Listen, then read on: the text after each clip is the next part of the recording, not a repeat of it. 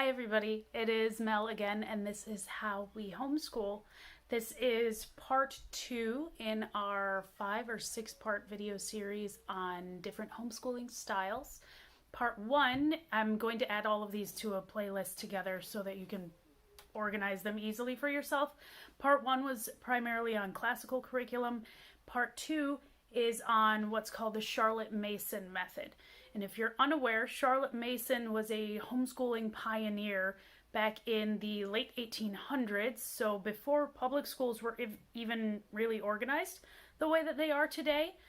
And her primary goal essentially was just to prove that parents could be effective as primary educators for their children even in their day-to-day life. So without incorporating a ton of formal lecture study time, you can still provide a perfectly adequate education for your children.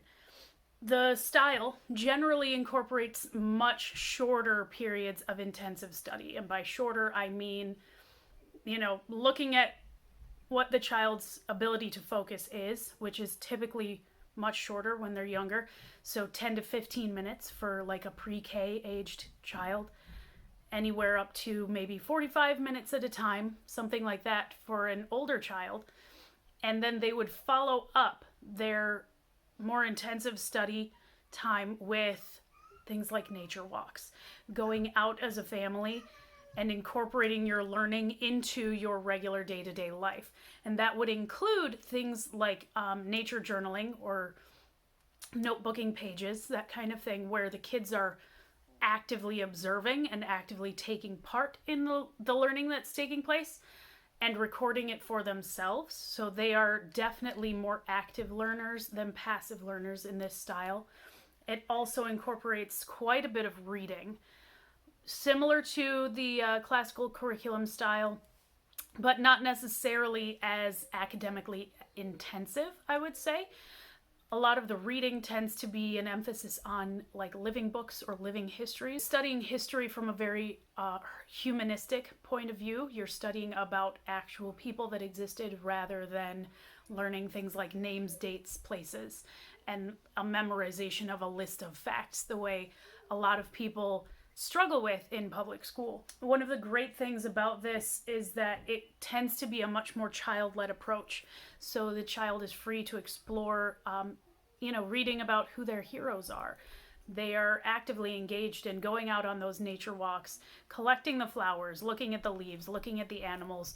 They're really engaged in what they're doing, as opposed to waiting for you to hand them information that they need to learn. So that is one benefit. This is also a very gentle approach, I would say, in terms of its pacing and because it's so child-led. So this can appeal to those parents who don't want to set themselves up as like a professional teacher for their children. You're just not comfortable with that. That is absolutely fine.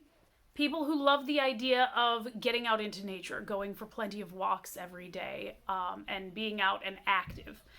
That's a really great appeal for Charlotte Mason.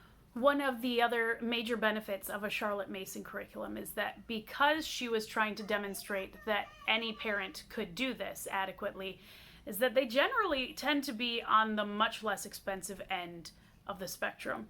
If you are looking for something that's going to be much less expensive than like the heavy-duty classical curriculum large box set, or if you are looking to kind of empower your kids with a more child-led curriculum, this might really appeal to you. Possible downsides of the Charlotte Mason curriculum would be, because Charlotte Mason was homeschooling during a time when a lot of children didn't really receive much beyond like your late elementary to middle school age, you might have a little bit of a struggle in terms of homeschooling your older children, like all the way up through high school. That's not to say you can't do it.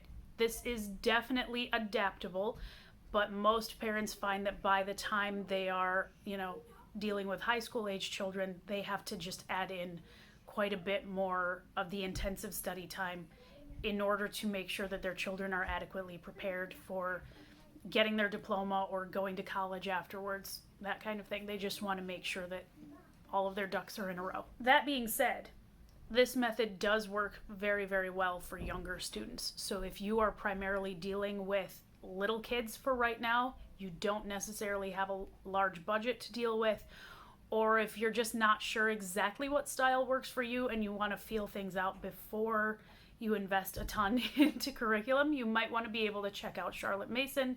There are actually a lot of free resources online. A fairly cohesive preschool curriculum for free, available for download. It's also relatively easy to find Charlotte Mason style unit studies for most elementary ages, or curricula that are adapted even for older students, and you just add in extra reading or higher expectations. One other thing is that Charlotte Mason generally tends to be a Christian-based curriculum. So if that is a drawback for you, you just want to be aware of that ahead of time. That's not to say that you can't incorporate a Charlotte Mason style. It's definitely doable. But if that's a drawback for you, you just want to be aware so that you're either prepared to cut out those parts of the curriculum or be prepared to have a conversation with your kids.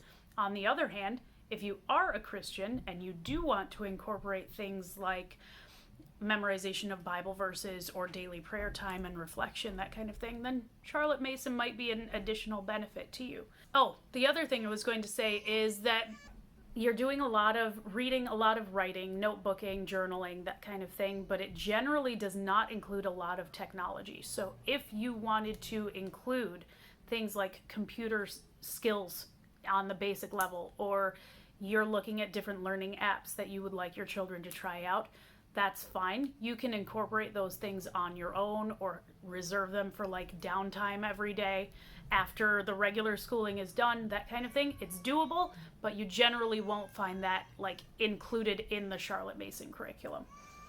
So anyway, that is pretty much the gist of it for Charlotte Mason. And the next video, part 3 in the series, is going to be on the Montessori method. All right, this is Mel, and this is how we homeschool.